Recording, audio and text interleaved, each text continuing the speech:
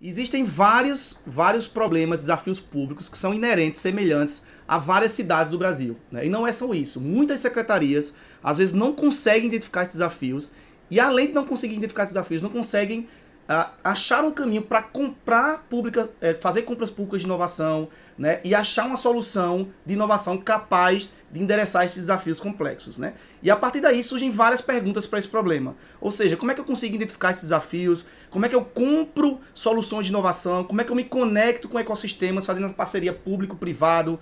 Como é que eu mudo a cultura da instituição? E a partir daí tem várias etapas que precisam ser vencidas, né? Como, por exemplo, eu ter um mapeamento estruturado dos grandes problemas, envolver atores externos, né? O cidadão, as pessoas, desde a concepção do problema até a solução, né? Eu ter um arcabouço legal, por exemplo, que me dê uma segurança jurídica para fazer compras públicas de inovação e a partir daí eu ter licitações menos morosas, né? Envolvendo aí os órgãos de controle. Então, diante disso, né, a gente acreditava que a gente precisava repensar o nosso modelo de atuação e se aproximar cada vez mais dessa sociedade, né? Fazendo a inovação pública para e com o cidadão, ou seja, olhando sempre o cidadão, tendo o cidadão-centrismo, mas também chamando o cidadão para fazer junto com a gente, né? E aí surge um conceito da inovação aberta, né? Ou seja, onde a gente consegue juntar pessoas internas e externas, né? Jogar isso num processo metodológico para partir de grandes desafios públicos, minimizando isso na inovação e por meio de colaboração, a gente achar soluções para endereçar esses desafios,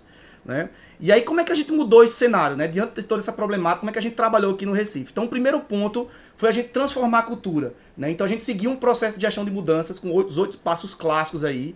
E aí eu chamo a atenção para o último passo, que é onde a gente institucionaliza essas novas abordagens, né? Onde a gente consegue sair de uma política pública, de um político X ou Y, para realmente ter uma política pública de Estado, né? E aí eu ressalto o marco legal da Ciência, Tecnologia e Inovação do Recife, que foi promulgado no ano passado aqui na cidade, onde dá toda essa segurança jurídica para que a gente consiga fazer compras públicas de inovação na cidade do Recife. E aí surgiu o EITA Recife, né, que é esse esquadrão de inovação e transformação aberta. Esse nome não é por acaso, né? A gente queria realmente que isso fosse um grande movimento e não uma caixinha dentro da prefeitura, e um movimento que conectasse pessoas internas e externas nessa missão de fazer inovação aberta na cidade, né? Dentro do EITA Recife a gente tem um macro processo, né? Nesse macro processo eu queria chamar a atenção para a primeira etapa, que é a definição dos desafios. Porque, pessoal, se a gente errar nessa pergunta, se a gente errar em como a gente identifica o desafio, não adianta eu ter o melhor processo de inovação aberta que eu não vou sair do outro lado.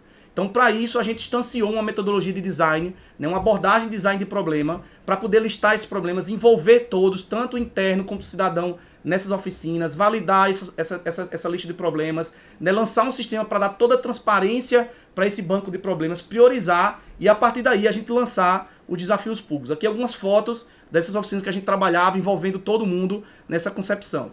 E aí, a partir daí, a gente joga isso numa das esteiras de inovação. Quais foram as ideias que a gente teve, como é que a gente implementou isso dentro da cidade do Recife.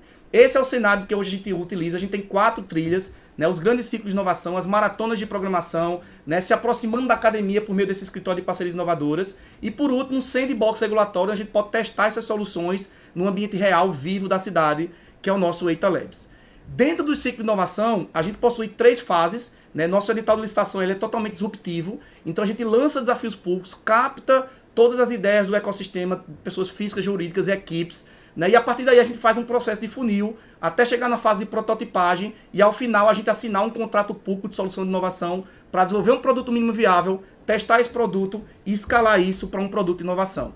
Tudo isso utilizando o marco legal das startups, tudo isso criando um ambiente propício para conectar as pessoas certas e capazes de implantar essas soluções inovadoras em um período aproximado aí de 6 a 8 meses. É muito importante esse período porque a gente vê que tem processos de inovação aberta que às vezes leva 1 ano somente para identificar problemas. A gente consegue de 6 a 8 meses identificar os problemas, fazer uma imersão nesses problemas, lançar desafios e acelerar produtos nesse período aí, transformando aí ideias em produtos de inovação.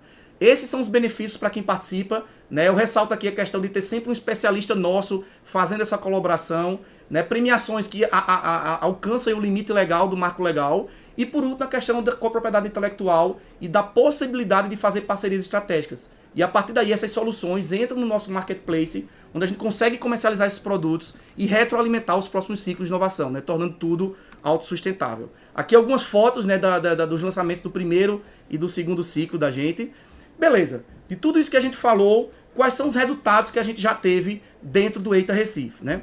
Primeiro, eu queria ressaltar aqui, eu acho que é o grande legado, na minha visão, que o EITA Recife deixa para o Brasil, que é o legado de como fazer um processo público de inovação aberta dentro de um órgão público, né? Ou seja, como é que a gente consegue ter um processo que eu consiga replicar, né? E a gente conseguiu montar um modelo que seja autossustentável e que a gente consegue levar isso para outras cidades do Brasil. Além disso, um processo que é ágil, né, onde a gente conseguiu reduzir em torno de 70% o tempo desde a concepção até o lançamento, e um processo muito mais barato, né, onde a gente consegue reduzir em 83% o custo, por exemplo, de desenvolver um MVP. Né? Outra grande entrega foi o próprio sandbox regulatório, o decreto do município que instituiu esse laboratório vivo, né? E reconhecimentos também são resultados. Né? Então a gente teve aí 15 prêmios nacionais e internacionais. Gostaria de ressaltar aqui o prêmio do Apolitical, uma a gente ganhou em 2022 como melhor equipe de inovação digital do mundo, né? Por meio desse programa do EITA Recife.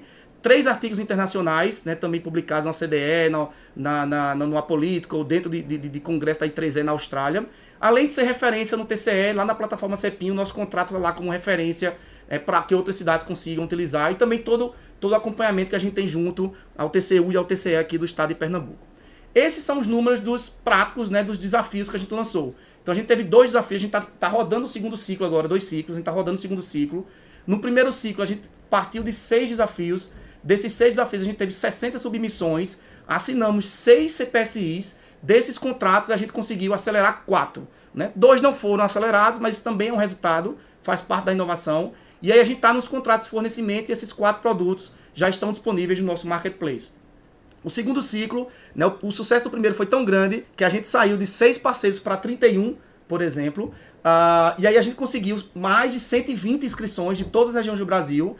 Né? Tivemos 12 projetos prototipados e estamos agora para assinar nesse mês mais 8 CPSIs oriundos desses desafios. Essa é a totalização dos números do primeiro ciclo. A gente investiu em torno de 3,5 milhões. Né? Só nesse primeiro ciclo a gente já teve um retorno de 10 milhões em redução de custo dessas soluções. E 4 soluções foram entregues endereçando esses 4 desafios. Né? Aqui eu ressalto o desafio da saúde, né? Onde a gente partiu de um macro problema que era tentar reduzir as filas nos postos de saúde.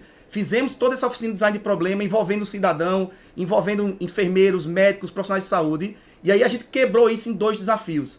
Um que era como é que a gente poderia melhorar o encaminhamento e a padronização dos atendimentos. E o outro como é que a gente podia reduzir o índice do absenteísmo. E aí surgiram 2 soluções que foi o Integraí, que trabalha toda a integração entre as plataformas do Sul e essa padronização no atendimento. E o Absence, que faz toda a questão do índice, a redução do índice de absenteísmo, utilizando a comunicação assertiva via WhatsApp, utilizando algoritmos de inteligência artificial para fazer overbook preditivo. E só com essa solução, pessoal, vocês vejam o impacto, a gente conseguiu reduzir em torno de 120 mil vagas que seriam perdidas.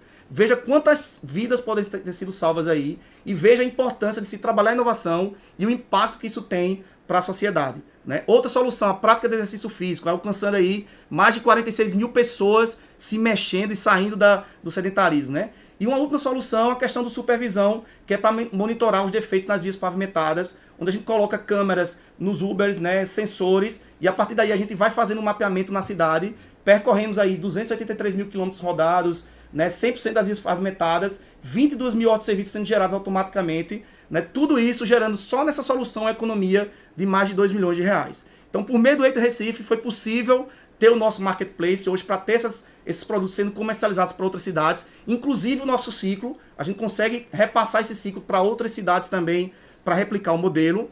Né? Aqui são as submissões do nosso EITA Labs, a gente já teve aí 24 submissões, 5 soluções implantadas, com investimento aí das empresas de 7,6 milhões. Importante dizer isso, que tudo foi feito com a equipe da consultoria, a equipe da prefeitura, né, sem consultoria externa.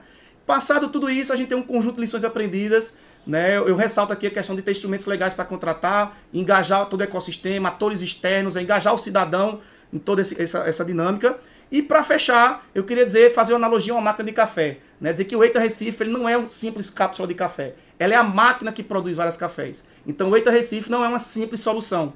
Ele é uma plataforma, um processo capaz de gerar várias soluções com um olhar para o cidadão e aí transformar o Recife numa cidade para as pessoas. Muito obrigado.